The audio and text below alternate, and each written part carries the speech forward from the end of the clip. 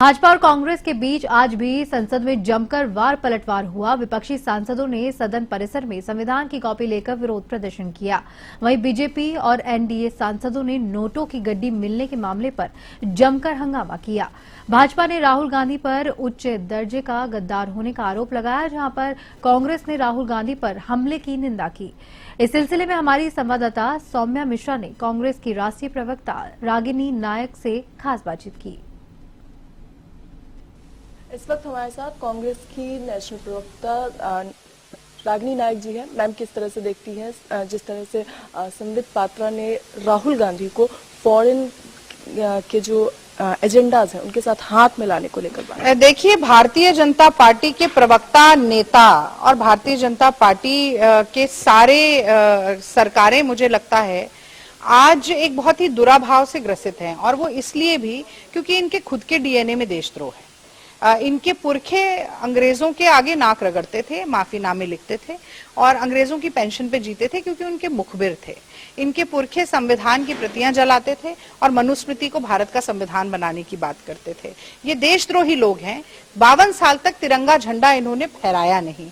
ये देशद्रोही लोग हैं। और वो तो पुरानी बातें हो गई। अगर आज के परिवेश में भी देखें तो नरेंद्र मोदी आईएसआई को रेड कार्पेट वेलकम देते हैं, पाकिस्तान जाते हैं, बिन बुलाए बिरयानी खाते हैं, नवाज शरीफ के साथ शॉल साड़ी डिप्लोमेसी करते हैं और भारत की सीमाओं पर आक्रमण होता है और हमारे जवान शहीद होते हैं। लेकिन वो देशद्रोह नजर नहीं आता। जब वो विदेश में जाते हैं तो भारत की बुराई करते हैं, कहते हैं कि भारतीयों को तो शर्म आती है हिंदुस्तान में जन्म लेने में। शी जिनपिंग के साथ आप देख लीजिए कैसे गलबैया होते हैं और अतिक्रमण होता है हमारी सीमाओं पर और क्लीन चिट दे देते हैं। तो मुझे लगता है कि देशद्रोह जैसे गंभीर मसले का इतना सरलीकरण करना और केवल अडानी को बचाने के लिए अडानी के गुलामों द्वारा प्रेस कॉन्फ्रेंस किया जाना, मुझे लगता है वो खुद ही अपने आप को कहीं ना कहीं हंसी का पात्र बना रहे हैं, क्योंकि उनकी बातों को अब किसी ने भी गंभीरता से लेना बंद कर दिया है। रागिनी जी, उन्होंने साफ तौर पे कहा है कि कांग्रेस और राहुल गांधी जो है वो मिलकर इंडिया को डिस्टेबलाइज करना चाहिए। देखिए, पहली बात तो ये है कि इतनी कमजोर सरकार है क्या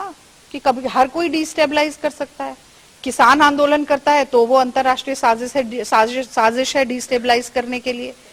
आप उनको कहते हैं खालिस्तानी है, फॉरेन फंडिंग है, खालिस्तान से फंडिंग लेके खालिस्तानियों से लेके आते हैं, तो फिर उनकी बात क्यों मान लेते हैं आप? काले कानून क्यों वापस लाते हैं?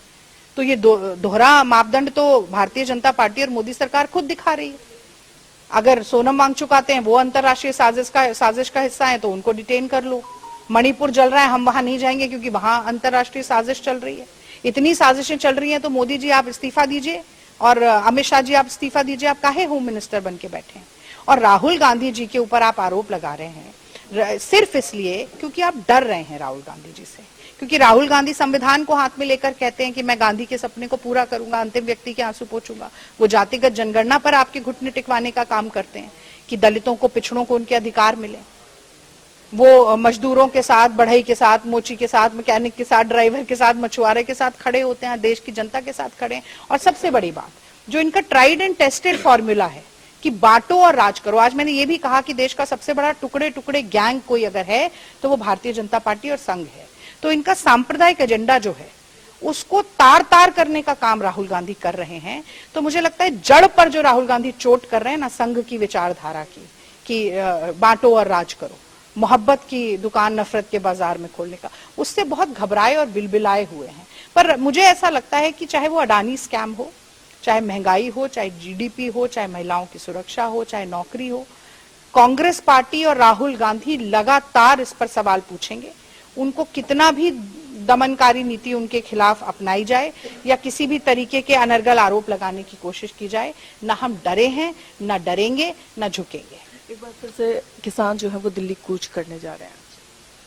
देखिए, किसानों को क्यों रोका जाता है, इस पर मुझे लगता है एक प्रेस वार्ता मोदी जी को करनी चाहिए, स्वयं करनी चाहिए और ये बताना चाहिए कि किसानों से क्या डर है मोदी सरकार को, कि जब भी किसान दिल्ली आकर सत्ताधारी पार्टी के प्रतिनिधि से मिलना चाहते हैं, मोदी जी तारे बिछा देते हैं, सड़कें उधेड़ देते हैं, लाठियां भाजने लगते हैं। क्या डर है? कौन से ऐसे राज दफन हैं जो उजागर हो जाएंगे? कौन सी ऐसी काली करतूतें हैं जो बाहर आ जाएंगी? तो किसानों ने बार बार मोदी जी के घुटने टिकवाने का काम किया है, पर मोदी जी को कोई सीख नहीं मिली, क्योंकि वो आत्ममुग्धता में इतने मस्त हैं कि उनको आजू बाजू का कुछ नजर ही नहीं आता है। शुक्रिया मैम। तो ये थी हमारे साथ रागिनी नायक, कैमरा जर्नलिस्ट राधे के साथ मैं सौम्या मिश्रा।